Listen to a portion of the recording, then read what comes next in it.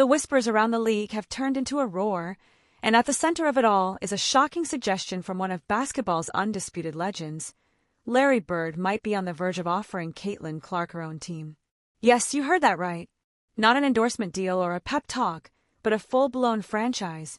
This isn't just a wild theory. It's a conclusion many are drawing as they connect the dots between Bird's scorching critiques, Clark's abysmal treatment on the court, and the WNBA's astonishing inability to shield its shining star. It all began with five-time NBA champion Magic Johnson, who practically begged Clark to seek out Bird for advice, suggesting that Larry Legend himself navigated similar treacherous waters during his rise. But what if Bird's vision for Clark goes far beyond mere mentorship? The truth is, the WNBA has seemingly opened its doors for an all-out assault on its most valuable asset. From the moment Clark stepped onto the professional court, she hasn't been welcomed with open arms. She's been met with a barrage of cheap shots.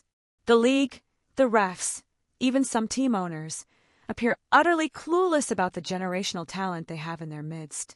This became painfully clear when Marina Mabrey, a journeyman player who's bounced between 32 different teams in 2 years, blindsided Clark with a shove while she was still recovering from an eye poke. Mabrey, an irrelevant player before Clark's arrival, shamelessly ran up to Clark after the whistle, slamming into her and knocking her down in an obvious, unforgivable act. It begs the question, are the WNBA officials blind, or do they simply not care that the face, the future, and the most important player in their league is being subjected to open season? Larry Bird, a man who survived the brutal Bad Boys Pistons era without flinching, has finally reached his breaking point. He's acting like someone just keyed a Bentley and walked away without a care in the world. But his solution isn't to beg the league for change or to hold a summit with executives. No, Larry's ready to grab a clipboard, a whistle, and start drawing up plays for Team Clark. He's making it clear, if you want to play dirty, if you won't protect your stars, then Clark will just build her own locker room, her own league, where flying elbows during warm-ups aren't the norm. It's pure speculation, of course, but when Larry Bird starts calling out players by name, scorching the league's culture, and practically offering to launch his own franchise just to keep Caitlin Clark upright, people start listening, whispering, and screenshotting.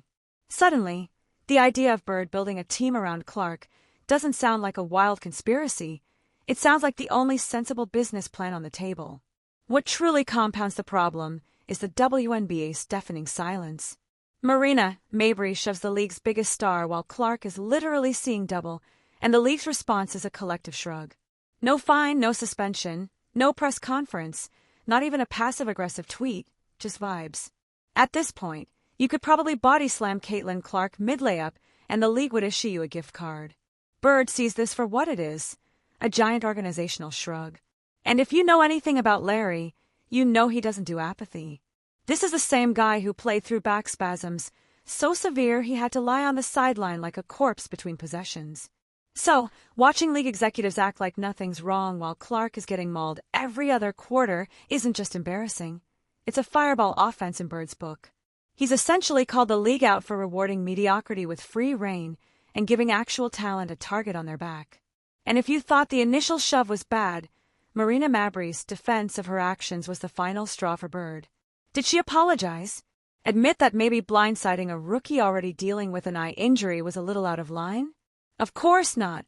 That would require self-awareness. Instead, Mabrey hit us with the classic poor me defense, saying, "Damned if I do, damned if I don't." Oh, the tragedy. Imagine the emotional burden of being held accountable for a cheap shot on national television. Bird wasn't just angry at the act, he was livid at the attitude.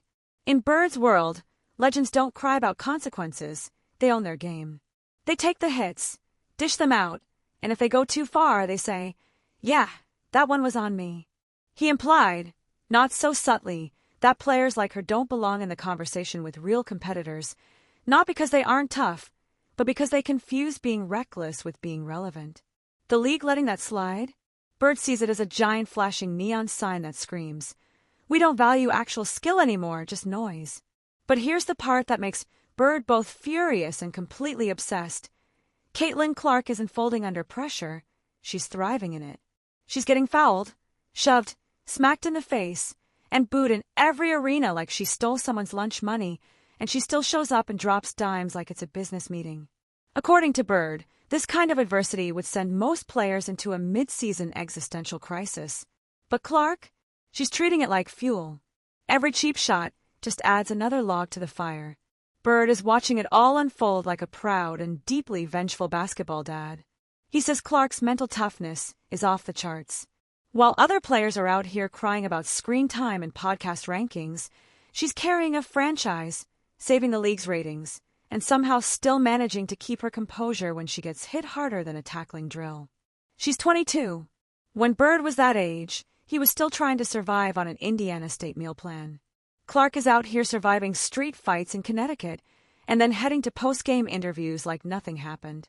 Bird even compared her to his own rookie season when vets tried to rough him up just to see if he was real.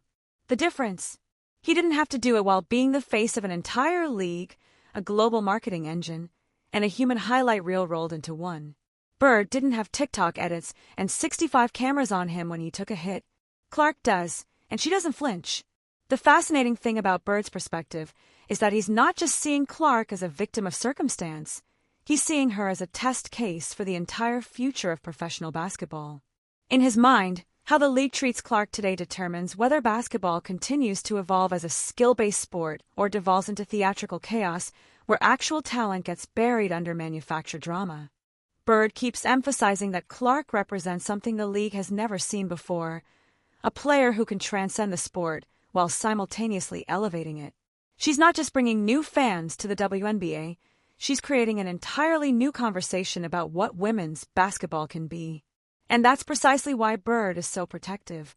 He understands that once-in-a-generation talents don't come around often, and when they do, you protect them at all costs because they're not just playing for themselves, they're carrying the entire sport's future on their shoulders. What truly gets Bird fired up is the short-sightedness of the league's current approach.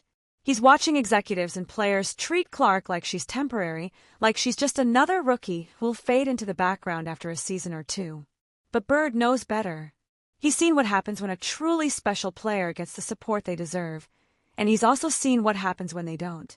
The difference between those two scenarios isn't just individual success or failure, it's the difference between a league that thrives for decades and one that struggles to maintain relevance. That's why Bird's not just defending Clark's right to play without getting assaulted, he's defending the league's right to have a future worth watching. This isn't some personal vendetta or a midlife crisis. Bird sees the WNBA at a crossroads, and he's not shy about saying that if the league keeps letting cheap shots and dirty tactics fly unchecked, it's not just Clark who's in trouble, it's the entire league's survival on the line. He's basically saying the WNBA is choosing between two futures, one where skill, dedication, and real competition thrive, and another where the loudest cheap shot wins, and basketball becomes just another gladiator game with less armor. Bird's clear. If the league keeps protecting mediocrity by letting players like Mabrey get away with this nonsense, the stars who actually bring fans in will start disappearing faster than a timeout when your team is down by 20. Larry Bird isn't just fighting for Caitlin Clark because she's talented or marketable. He's defending the very soul of basketball. He probably sounds like the cranky old dude yelling at the kids to get off his lawn, but that's just because he's seen what happens when you don't protect your best players. He knows that Caitlin Clark isn't just a WNBA player. She's a lightning rod for everything the league could be. And if the league fails to protect her, it's not just a loss for Clark, it's a loss for anyone who loves basketball that actually looks like basketball. So, Bird standing up here isn't just about a single shove or one bad actor. It's a full-blown declaration that the league needs to get its act together or watch its brightest future flicker out. And if that means starting a whole new team or league just to protect her, well, Bird might just be the guy to do it. At this point, who could blame him? The most intriguing aspect of this entire situation is how Bird seems to be positioning himself as more than just a defender of Clark. He's becoming a revolutionary voice for what professional basketball should look like in the 21st century. His vision goes beyond just protecting one player. He's talking about creating an environment where excellence is rewarded, where skill trumps theatrics, and where the game itself becomes the star rather than the drama surrounding it. Bird's implicit message is that if the current league structure can't provide that environment, then maybe it's time to build something new. And honestly, when you consider Bird's track record as a player, coach, and executive, the idea of him spearheading a basketball revolution doesn't sound far-fetched at all. He's already proven he can identify talent, develop systems, and create winning cultures. Now he's suggesting that Caitlin Clark deserves all of those things in an organization that actually understands what they have. So, is Larry Bird really out here drafting Caitlin Clark's fantasy team behind closed doors? Well, official word says no. But when a guy with 3 NBA championships under his belt starts talking about how the league failed its brightest star and hints at building something new, you have to wonder. One thing's for sure, the idea isn't as crazy as it sounds. The WNBA could either get serious about protecting Caitlin Clark, the most marketable and electrifying player it's ever seen, or keep letting the Mabrey-style antics chip away at her. And if the league doesn't step up, you can bet Bird won't be sitting on the sidelines forever. So, will the WNBA listen? Will they protect their star, or watch her become someone else's problem?